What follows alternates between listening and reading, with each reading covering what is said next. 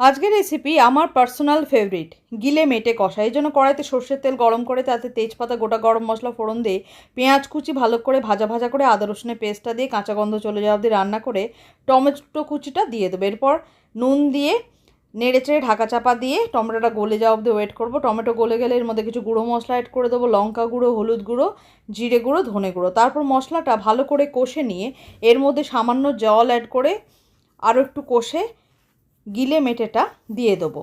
তারপর সব কিছু ভালো করে মিশিয়ে ঢাকা চাপা দিয়ে টোটাল 15 থেকে 20 মিনিট অবধি রান্না করব।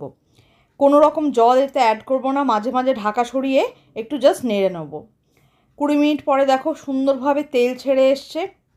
এরপর এর মধ্যে সামান্য চিনি আর গুঁড়ো গরম মশলা ছড়িয়ে নামিয়ে দিলে রেডি দারুণ স্বাদে গিলে মেটে কষা। এভাবে একবার করে দেখবেন, দারুণ খেতে লাগে। আমি রুটির সাথে খেয়েছিলাম, রুটির সাথে তো দারুণ খেতে লাগে, ভাতের সাথেও এটা খুব ভালো লাগে খেতে। এভাবে একবার করে দেখবেন, খুব কম সময়ে দারুণ একটা রান্না।